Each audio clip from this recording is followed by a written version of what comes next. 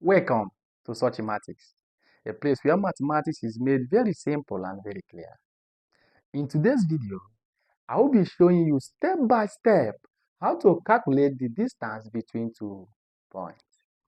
So by the end of today's video, you will understand how to apply the distance formula in exams and also using it in other problems. Like this video, subscribe to SochiMatics. Put your questions in the comment section. I will respond to it. Now let's get straight down into the video.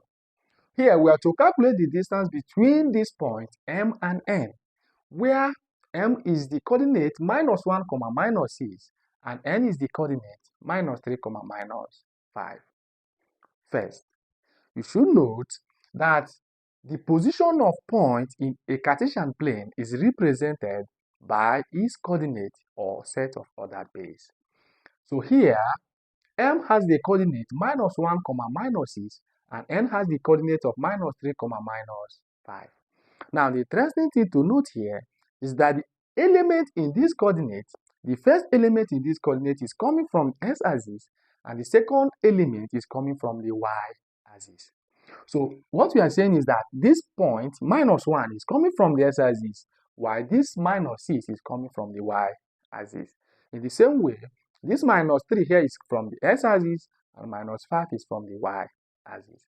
Now, to obtain the distance between the point M and N, we use this simple and memorable formula.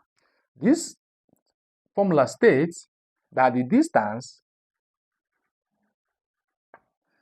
is obtained using this formula, the positive square root of s2 minus s1 squared plus y2 minus y1 all squared. So this is the formula we use to obtain the distance between 2 points. Now, you might ask yourself, how do we then coincide this formula with this given point? So here, you have 2 points coming from the x-axis. From point M, it is -1, and from N, it is -3. You also have 2 points coming from the y-axis, and in point M, it is -6, and in point N, it is -5. So you may decide to say that this one should be x1, and if this one is x1, then this one automatically becomes s2. And if here is x1, then this automatically becomes y1, and here automatically becomes y2. You can also interchange these, and instead of assigning -1 to be x1, you can also assign -1 to be your s2. But if you do that, then automatically this becomes your y2, and here now becomes your x1, and here becomes your here becomes your y1. So, but let's suppose that here is our s1, here is our y1, this number is our s2, and this number is our y2. So what we simply do now is we replace these values, these letters here, using these numbers. And once you do that and simplify, you will obtain the distance between point M and point N. Let us simplify and see what we have.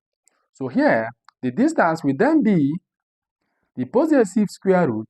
So if we now make use of this parameter, our s2 is now this, which is -3, this minus, then our x1 is now -1